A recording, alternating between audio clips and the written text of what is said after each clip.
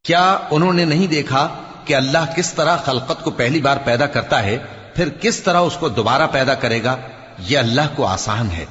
कह दो कि मुल्क में चलो फिरो और देखो कि उसने किस तरह खलकत को पहली दफा पैदा किया है, फिर अल्लाह ही दूसरी बार भी पैदा करेगा।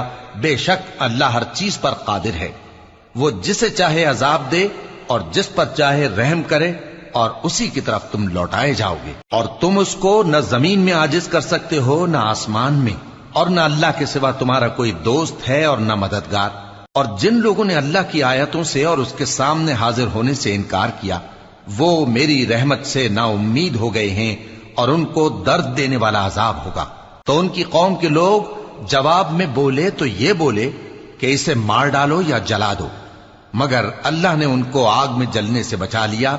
जो लोग ईमान रखते हैं उनके लिए इसमें निशानियां हैं। और इब्राहिम ने कहा कि